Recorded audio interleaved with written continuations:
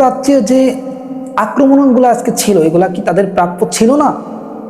আজকে সৌদি আরব থেকে শুরু করে বাহরাইন, কাতার যে দেশগুলো আছে, এরা তো ক্রমশই মানে আমেরিকার দালালি করতে করতে আজকে তারা অভ্যস্ত। সো তাদের ওইখানে আক্রমণটা আমি তেমন বেশি অপরাধ মনে করছি না। ইভেন তাদেরকে তো উদ্দেশ্য করে আক্রমণ করা হয়নি, করা হয়েছে আমেরিকার ঘাঁটিতে। আসসালামু আলাইকুম রহমতুল্লাহি ওয়া বারাকাতুহু। দেখলাম পুরো বিশ্বের মাঝে যুদ্ধ সংগঠিত হচ্ছে। এতদিন ধরে প্রায় বিগত 1-1.5 বছর ধরে আমরা ইসরায়েলের ক্রমশ আক্রমণ দেখেছি মুসলিম উম্মাহের উপর। এই ইসরায়েল পুরা বিশ্বের মাঝে একটি আগাছা এবং এরা পুরা বিশ্বের শান্তিকে নস্যাৎ করার অন্যতম পায় তারা করছে।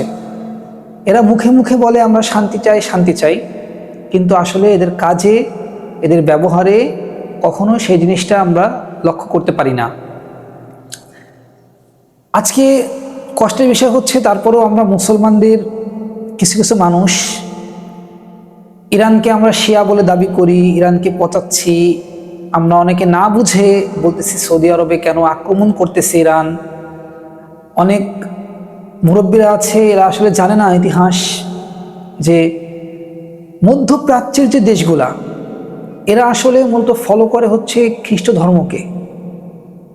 ফলো করে বলতে বোঝাচ্ছি ওদের অনুসরণ করা, ওদেরকে ওদের ঘাটে স্থাপন করতে দেওয়া, বিধর্মীদেরকে সহযোগিতা করতে দেওয়া।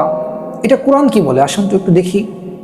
কোরআন কারীমের মধ্যে আল্লাহ পাক রব্বুল আলামিন বলেন, ইয়া আইয়ুহাল্লাযীনা আমানু লা তাত্তাখিযুল কাফিরিনা আউলিয়া মিন দুনিল মুমিনিন।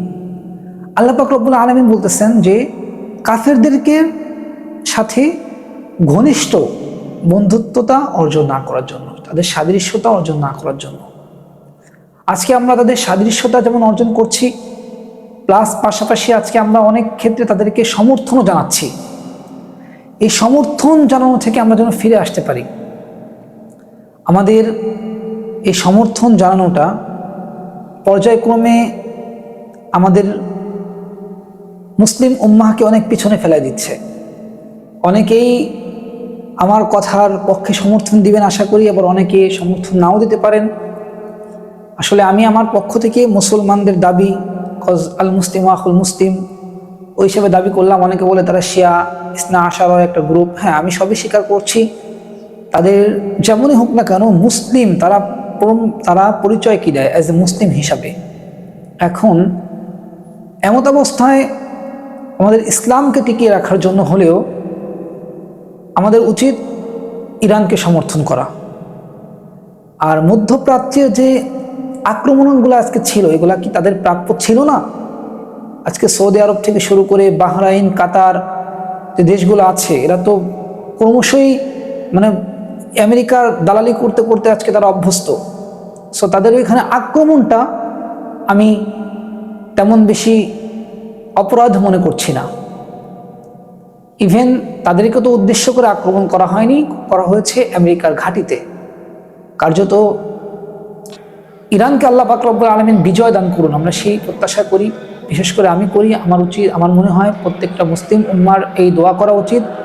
আজকে রোজা রমজান মাসে আজকে আমরা মুসলমানদের অন্তরটা শান্তি থাকবে, কিন্তু না।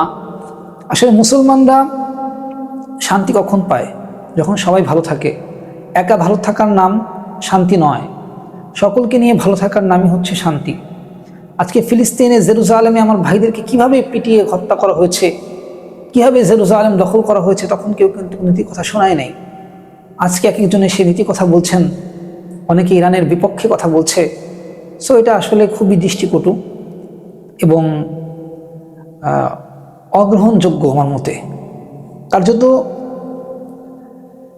ইরানকে আল্লাহ পাক রব্বুল আলামিন বিজয় দান করবেন ইনশাআল্লাহ, আশা করি। ভবিষ্যৎবাণী রাসূল সাল্লাল্লাহু আলাইহি ওয়াসাল্লাম যেমন করে গিয়েছেন, ইসরায়েলের এবং ইরানের একটা যুদ্ধ হবে, হিন্দুস্তানে যুদ্ধ হবে। আসলে পৃথিবীটা কি সেদিকে চলে যাচ্ছে না এখন? এই নির্মম বাস্তবতার কাছে আমরা এখন কোথায়? আমাদের সামনের দিনের কি করা উচিত? ইভেন আমাদের কিভাবে ইরানকে সহযোগিতা করা উচিত? কারণ যেহেতু আমরা ছোট দেশ, আসলে শুধু সাবান, হুইল সাবান এগুলা কিনে একটা দেশকে ধ্বংস করা যায় না। আমাদের প্রযুক্তিগত যে আপডেট, আমাদের কীভাবে তাদেরকে অনুসরণ করে একটা বাহিনীকে শেষ করার জন্য প্রথমত আগের যেটা দরকার তাদের সাথে মিশে তাদের সঙ্গে তাল মিলিয়ে চলা। এখন যেহেতু দুনিয়াটা আপডেট হচ্ছে, আমাদের তাদেরকে মোকাবেলা করার জন্য হলেও, সেলফ ডিফেন্সের জন্য হলেও আমাদের আত্মরক্ষার প্রয়োজন। আগামীকাল যে আপনার উপরেই মিসাইল পড়বে না আর কোনো গ্যারান্টি নাই। প্রায় তো ইন্ডিয়া থেকে অনেক সময় মুসলমানদেরকে ইন্ডিকেট করে কথা কিন্তু বলা হয়। আপনারা যদি লক্ষ্য করেন, মাঝে মাঝে মুসলমানদেরকে মানুষই মনে করা হয় না, এমনভাবে কথা বলা হয়, বিশেষ করে বাহিরের কান্ট্রিগুলা।